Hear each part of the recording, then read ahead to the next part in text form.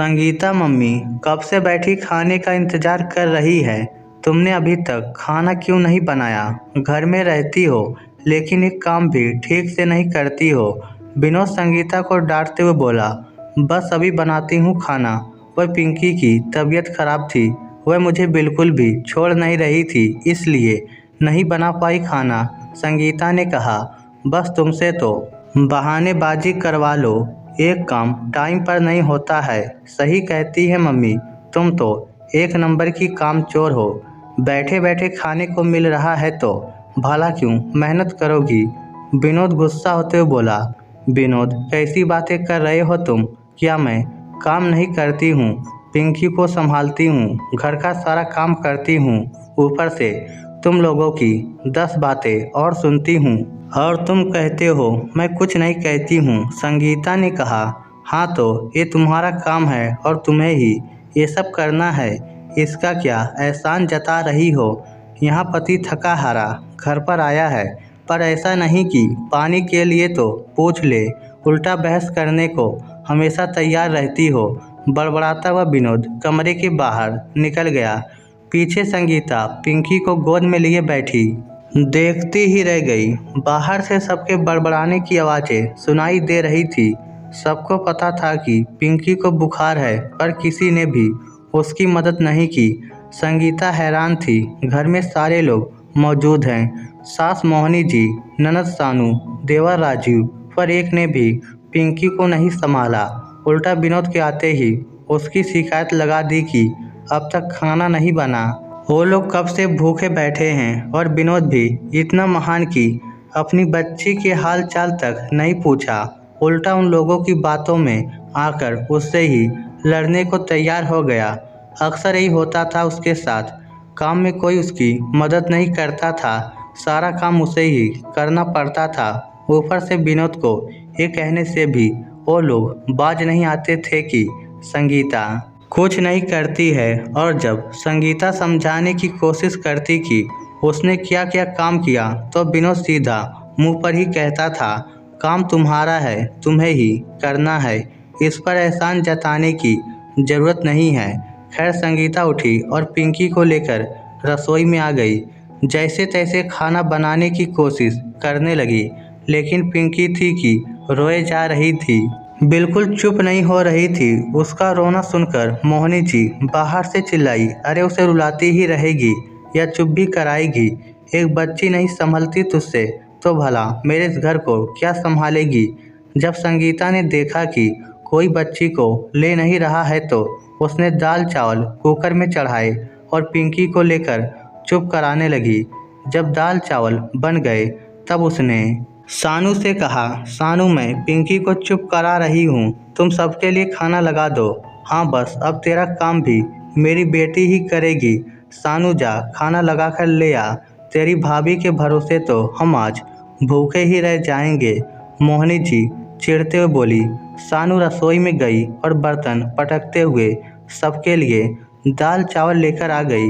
यह देखकर सबने अपने नाक भौं सिकोड़ लिए।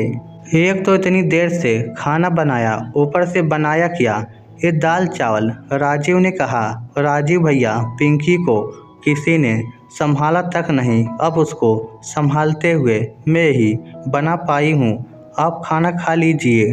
संगीता ने कहा, हाँ एहसान किया क्या हमारे ऊपर, ये भी बना करके?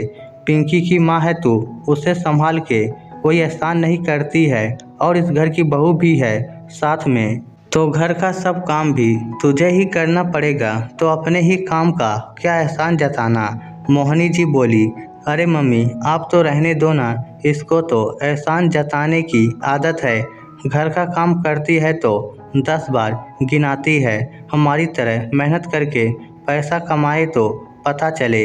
विनोद ने कहा, हाँ तब तो भाभी जमीन पर पैर ही नहीं रखेंगी, हम लोगों को बिल्कुल पूछेंगी भी नहीं। सानू ने भी जवाब दिया। संगीता की इच्छा तो हुई पलटकर जवाब दे, लेकिन उस समय पिंकी रो बहुत रही थी, इसलिए वो उसे लेकर चुपचाप कमरे में आ गई। खैर ऐसे ही समय बीत रहा था। इधर संगीता के मायके में उसके छोटे भाई की शादी पक्की हो गई। संगीता वहां जाने के लिए काफ़ी उत्साहित थी। एक दिन शाम को सब लोग खाना खाकर बैठे थे तो संगीता भी वहीं आकर बैठ गई और विनोद से बोली, क्यों ना इस संडे को हम शॉपिंग पर चले। भाई की शादी के लिए मुझे शॉपिंग करनी है, नई ड्रेस खरीदनी है, मेकअप का भी सामान लेना है, पिंकी के लिए भी कुछ कपड़े लेने हैं। तो सोच रही हूँ संडे को ही मार्केट होकर आ जाते हैं। उसके बाद तो फिर मैं 10 दिन के लिए अपने मायके रवाना हो जाऊंगी। ये सुनकर सब एक दूसरे की शक्ल देखने लगे। तब मोहिनी जी बोली, बहू भाई की शादी का कार्ड क्या आया? तुम्हारे तो पैरों में घुंघरू ही बन गए और क्या ज़रूरत है इतना सब नया सामान खरीदने की। तुम्हारी शादी को 3 साल ही तो हुए हैं, काफ़ी कुछ तो उस समय का ही नया पड़ा हुआ है। तुम्हारे पास पैसे कोई पेड़ पर थोड़ी ना उगते हैं। मोहिनी जी के कहते ही संगीता का चेहरा उतर गया। लेकिन अब तो घर के सारे लोग इस बातचीत में शामिल हो गए। हाँ भाभी, थोड़ा तो आपको भी सोचना चाहिए, भाई की जेब पर थोड़ा तो तरस खाओ। राजीव ने कहा, अरे भाई कहाँ समझा रहा है तू इसे। एक पत्नी वो होती है जो समझदारी से अपना घर चलाए, पति की जेब के अनुसार कार्य करे। पर इसे क्या पता मैं कितनी मेहनत करके पैसा लेकर आता हूँ और इसने फट से ऑर्डर दे दिया शॉपिंग करने का। विनोद हंसते हुए राजीव से बोला। उसकी बात सुनकर सब लोग जोर जोर से हंस दिए, पर विनोद चुप नहीं हुआ। उसने अभी भी बोलना जारी रखा, अरे भाई सोच समझकर शादी करना। आजकल साथ देने वाली बीवी बहुत कम मिलती है, अधिकतर सिर्फ आपके पैसों के पीछे भागेंगी और कुछ नहीं। जब तक आपके पास पैसा है तब तक वह चुप रहेंगी, जितना चाहे उतना ऐंठेंगी, और जब आपके पास पैसा नहीं होगा तो आपको एक तरफ कर देंगी। विनोद की बात पर संगीता को बहुत तेज गुस्सा आया और उसके गुस्से में आग में घी का काम सबकी हंसी ने किया। हैरानी तो उसे इस बात की थी कि शानू और मम्मी जी भी हंस रहे थे, जबकि वह खुद औरत है। अब संगीता ने जवाब दिया, अरे वाह, आपको अच्छे से पता है कि औरत सिर्फ पैसों के पीछे भागती है, उसे आदमी से सिर्फ पैसा ही चाहिए। तो आप आदमी को क्या चाहिए? यहाँ हम परेशान हो रहे होते हैं, बीमार रहते हैं, मर भी रहे होते हैं, तो भी तुम्हें पहले अपने घर के लोगों की खुशी के लिए घर का काम चाहिए होता है। हम भी करते हैं ना। और अगर हम ये कहते हैं कि हमने काम किया है तो फट से एहसान का नाम दे दिया जाता है। तो एक बात बताओ, हमारी इच्छाओं की पूर्ति हम कहाँ से करें? अपने ही पति से पैसा लेना, पैसे ऐंठना हो गया। अगर मैं घर का काम करती हूँ तो ये मेरी जिम्मेदारी है, आप पर एहसान नहीं। उसी तरह आप कमाते हो तो आप मुझ पर एहसान नहीं कर रहे हो, ये आपकी जिम्मेदारी है। और मैंने कौन से लाखों रुपए मांग लिए आपसे, और ना ही कोई सोने के गहने की डिमांड की। फिर आपको ऐसा क्यों लग रहा है कि मैं आपसे नाजायज़ डिमांड कर रही हूँ?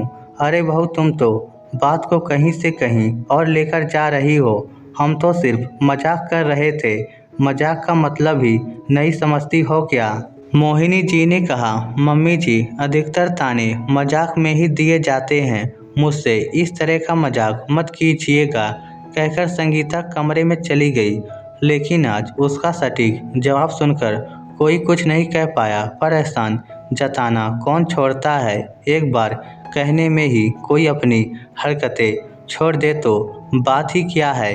इस स्टोरी को लेकर आपकी क्या राय है? नीचे कमेंट करके हमें ज़रूर बताइएगा। धन्यवाद।